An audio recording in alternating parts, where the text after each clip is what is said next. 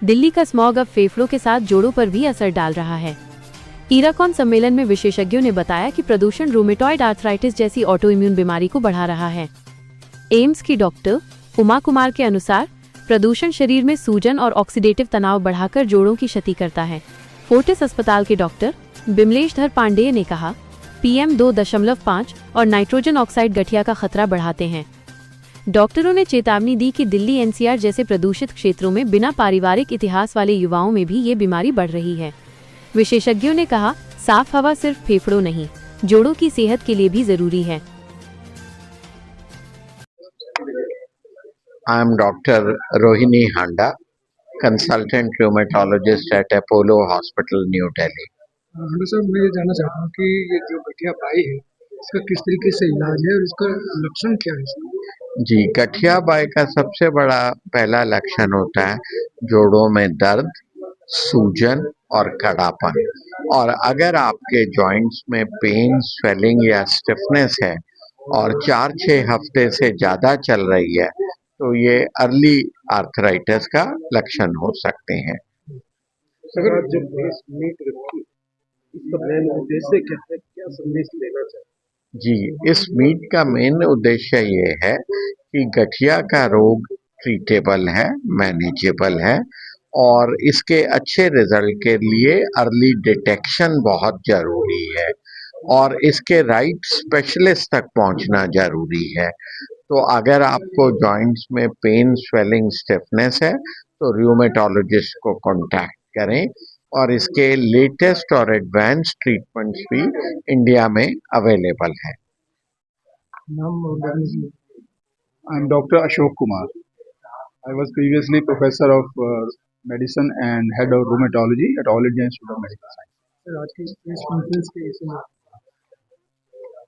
आज की press conference बहुत बढ़िया रही। हमने आपके साथ आर्थराइटिस के कारणों का, आर्थराइटिस के इफेक्ट्स का, उसकी जो प्रेजेंट मॉडर्न ट्रीटमेंट है उसका जो इफेक्ट है वो सब आपके साथ हमने शेयर किया और जो लेटेस्ट एडवांसेस हुए हैं वो वर्ल्ड के एक्सपर्ट्स के साथ मिल करके अपने नेशनल एक्सपर्ट्स का डिस्कशन इस कॉन्फ्रेंस में किया जाएगा और इससे एक साइंटिफिक लेवल पे बड़ा बेनिफिट होता है अपनी एसोसिएशन के लिए और सब लोग अपडेट हो जाएंगे लेटेस्ट एडवांसेस के साथ। सर, जिस तरीके गठिया बाई की बात की जा रही है, इंटरनेशनल नेशनल पे जो इस बीमारी को उठाया जा रहा है, क्या लगता है कि आने वाले समय में ये बीमारी का कोई पक्का इलाज हो पाएगा?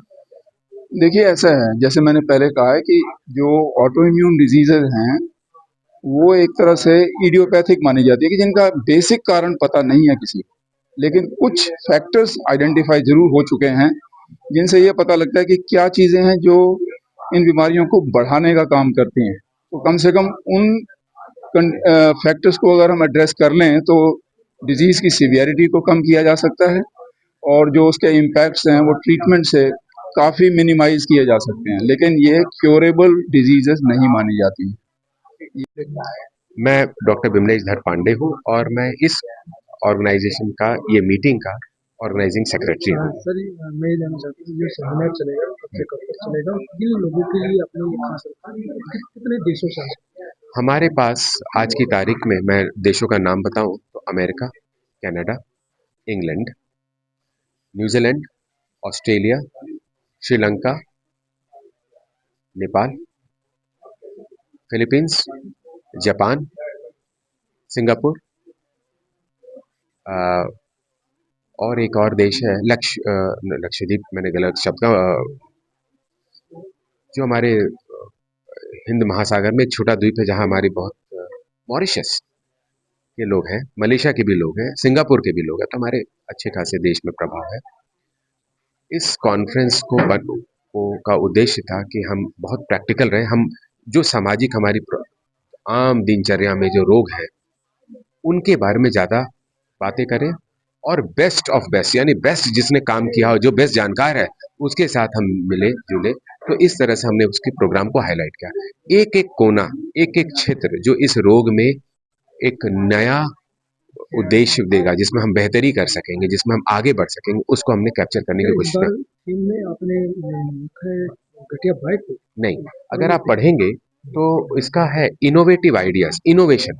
हम ऐसा क्या करें कि महंगी दवा का कम इस्तेमाल करें, प्रैक्टिकली कम जांच करके पता लगा लें, कैसे हम कम जांच का जो बार बार का खर्चा उससे कम काम करें, ये इनोवेशन हुआ। कंपैशनेट केयर, कंपैशन मतलब हमें बड़ा दिल से अपने पेशेंट को देखना है। और innovative ideas, compassionate care and collaborative spirit. तो कोलैबोरेशन, अगर मेरे गठिया से मेरे पेशेंट को आंख में कोई दुष्परिणाम है तो गठिया के लिए, वो गठिया है उसके लिए आंख के डॉक्टर को पता होना चाहिए कि ये आंख की बीमारी गठिया वाले रोग की वजह से है, वो हमसे आके बात करें। तो हम कोलैबोरेशन की बात भी कर रहे हैं, कोलैबोरेशन हम आपसे भी कर रहे हैं कि आप इस बात को समाज तक लेके जाएं।